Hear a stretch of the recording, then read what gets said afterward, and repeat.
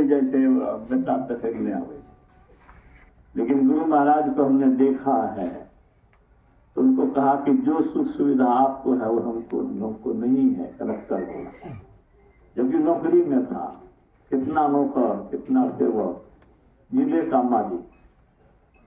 तो गुरु महाराज ने कहा कि सुख कौन देते हैं? तो लोग कुछ नहीं बोले। तो गुरु महाराज कहते हैं ईश्वर देते हैं, हम ईश्वर को भजते हैं, वो सुख देते हैं, आप भी ईश्वर को भजिए, आपको भी सुख मिलेगा। ईश्वर को भजने के लिए हम लोग ध्यान किए यहाँ पर।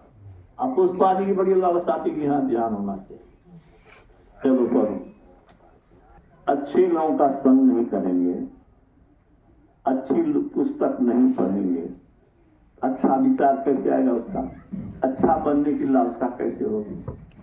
इसी के अभाव में, कुसंग में आदमी शराबी बनता है। इसी के कारण जो अकर्म है सो करता है, चोर चौहान लुटेरा डकैत बनता है। मैं अच्छे अच्छे घर के बच्चे को देख रहा हूं, शराबी हो गया और शराब पी करके वह किसको गाली देगा, किसको मारेगा। जीवन संगिनी को भी इतना पिटान दिया कि उसको भी घर भागना पड़ गया। तो भाई आपने बेटा को डॉक्टर तो बना दिया, इंजीनियर तो बना दिया, लेकिन उसको अच्छी बुद्धि नहीं दिया, अच्छा ज्ञान नहीं दिया, अच्छे लोगों का संग नहीं मिला, संत के विचार को सुनने का अवसर नहीं मिला। इसलिए मैंने पुस्तक भी लिखा है, माता पिता का दायित्व और संतान का धर्म। बाप माँ बन जाता फट से, अब यह हुआ बस माँ बाप बन गया, लेकिन माँ बाप को क्या गुण चाहिए, क्या बुद्धि चाहिए, क्या विवेक चाहिए, कैसे बच्चा को क्या मिलना चाहिए, इसका भी ज्ञान माँ बाप को होना चाहिए। दूसरा, बच्चे को भी ज्ञान मिलना चाहिए कि माँ बाप क्या चीज है, माँ बाप की क्या महत्ता है। तो वो तो महान पुरुष के द्वारा आप सुनेंगे, शास्त्र के द्वारा पढ़ेंगे। कुछ अपनी बुद्धि से भी लोगों को विचारना चाहिए कि माँ बाप हमारे लिए कैसे किए हैं। जैसे आप अगर जवान हैं तो आप जैसे अपने बाल बच्चे के लिए पालन पोषण करते हैं, प्यार से, अपनत्व से, अपनी इच्छा को दबा करके बच्चे की इच्छा पूरी करने में हम खुशी होती है, चलो भाई हमारा बच्चा खुश हो गया। अपनी लालसा को मिट्टी में मिला दो, लेकिन बेटे बच्चे की लालसा पूरी होनी चाहिए, उसमें आनंद अनुभव करता है माँ बाप। लेकिन वही माँ बाप जब बूढ़ा हो जाता है, तुम जब जवान होते हो, तो उसके साथ कैसा डीलिंग हो रहा है अभी समाज में, बड़ी दुर्दशा है। इसलिए संतान का धर्म नामक पुस्तक भी मैंने लिखा है, जिसमें महान पुरुषों का, देश के संतों का, महात्माओं का, महान पुरुषों का, लेखकों का विचारों को उसमें लिखा है। भारत के राष्ट्रपति हुए कलाम साहब, उसने क्या कहा?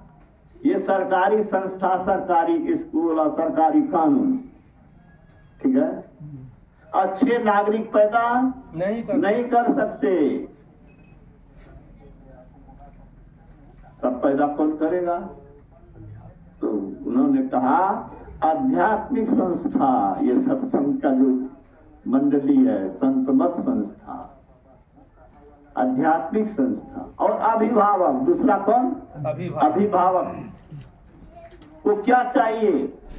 खाली बाप बनने से, मां बनने से नहीं होगा। उसको चाहिए कि जीवन के सही मूल्य को सीखने की शिक्षा बच्चे को दे, 15 वर्ष की उम्र तक।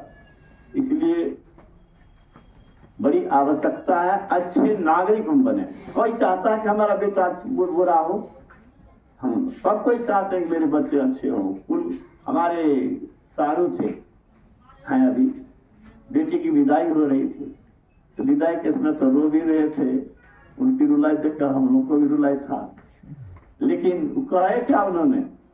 दोनों कुल के लाज राखियो बेटी।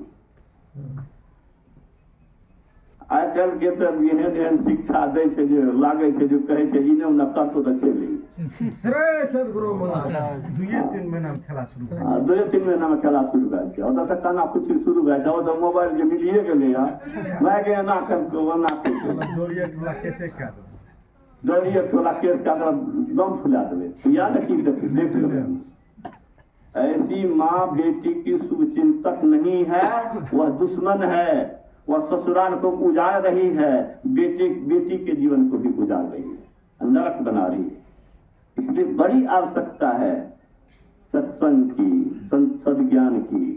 घर में अच्छी पुस्तक रखिए, संतों का साहित्य रखिए, समय समय पर सत्संग कीजिए, साधु महात्मा के उपदेश को अपने जीवन में उतारिए और कुछ दीजिए कि नहीं दीजिए, सद्बुद्धि दे दीजिए, वो अपना अच्छा से जीवन काट लेगा। अगर दुर्बुद्धि हुई तो आपका करोड़ों का संपत्ति मिट्टी में मिला देगा। करो।